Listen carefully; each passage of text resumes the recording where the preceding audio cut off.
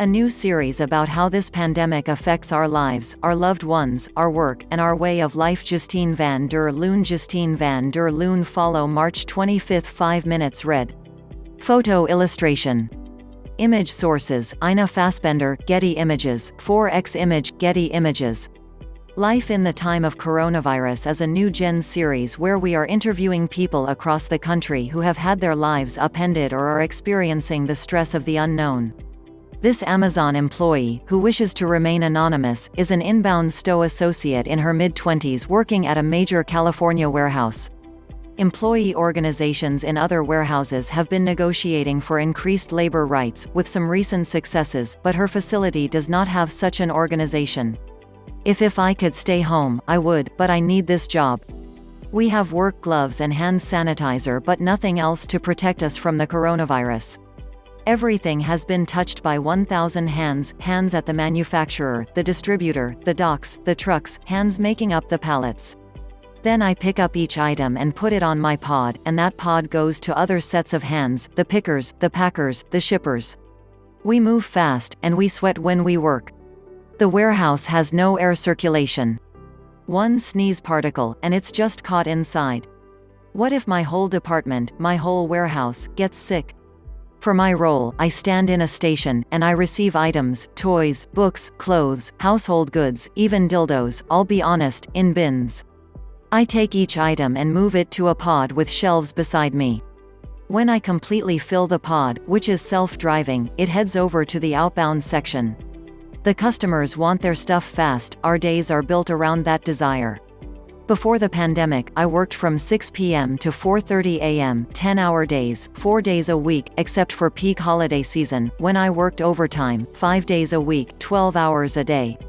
I got paid $15.55 base pay, plus 60 cents extra for working overnight, so $16.15 per hour, and around $23 for overtime.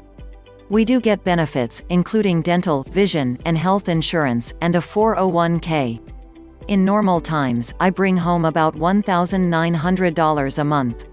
I'm a paramedic and I don't have the protection to do my job safely. A new series about how this pandemic affects our lives, our loved ones, our work, and our way of life. Gen.medium.com. Because of the coronavirus, demand has shot up. We're now required to work 5 days a week, 10 hours a day. We're short-staffed, half my team isn't showing up. They're scared, or they're sick. I don't know. Rumors have been circulating that 50 workers here are being tested for the coronavirus. I know at least one is positive. A single mom told me, I can't risk getting sick. She was worried that if our city went on lockdown, she wouldn't be able to get back to her kids. She stopped coming. I live with my extended family, little babies, older people. Every day, I wonder, what could I bring back to them? I often say I live at Amazon half the week, but now it's most of the week. I sleep all day and wake up at 3 or 4 p.m. Eat, drive to work, arrive around 5:30, get water, try to use the bathroom. The bathroom situation is a constant challenge. In a 10-hour shift, I get 2 15-minute breaks and a 30-minute lunch break. And then I get 30 minutes of time off task to do whatever I need to. But a normal bathroom trip can take 7 to 10 minutes round trip, depending on the station you're assigned to that day, so you can really only manage 3 trips over the whole shift. I have to drink a lot to stay hydrated because the work is physical, and I'm trying to wash my hands thoroughly. Sometimes I don't go to the bathroom when I need to because I'm close to getting a write-up. I can't chance it. If you go over your time off task, for whatever reason, you get a write-up. 6 write-ups, you're fired. You can also get a write-up for not going fast enough.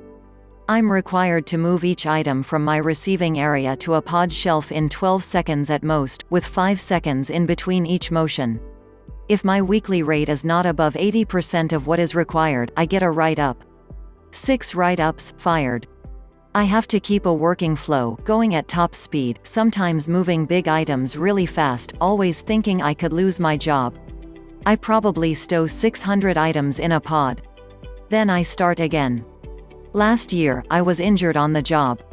On my doctor's recommendation, I requested that I be allowed 3 extra seconds to move each item. Management would not accommodate me. They put me on unpaid leave for a month. I couldn't pay my phone or credit card bill. I pushed myself and headed back before I was fully recovered. Because I was rusty, I didn't make rate. I got 2 write-ups immediately. I'm still in pain from the injury, by the way. Some days are worse than others. Now things are especially crazy. Regular items come in, but they're sorted to the side. We're only sending out essentials, and board games, I noticed recently. I guess people are really stuck inside. But mostly it's diapers, medicines, rubbing alcohol, Lysol wipes, hand sanitizer, face masks, gloves. We don't sell these items in singles anymore. Customers want packs, a 4-pack of Lysol wipes, a 5-pack of hand sanitizers, big cases of vitamin water and baby wipes and tissues. So much stock is sold out. Workers are stressed, above capacity and understaffed. And we still have to hit our rates. Even though they're exhausted, lots of people are going to keep working. I would assume someone who really needs the pay would probably come even if they're ill. The company has made some changes, I guess. Full-time employees like me usually get 48 hours of paid leave annually and no paid sick time, but now if we test positive for the coronavirus, we get 2 weeks paid sick time. Normally, we only get 20 hours unpaid time per year, but now we are allowed to take more time without it being counted against us. They've also called off team meetings to reduce contact and moved apart tables, though people still sit together in the common spaces. They cut down on the number of microwaves in the lunch area and placed the remaining ones 6 feet apart, but there are tons of employees, and so many people still use them. And they're raising our pay by $2 an hour. $2. What if I get exposed? What if I can't recover? An extra $2 an hour to risk my life?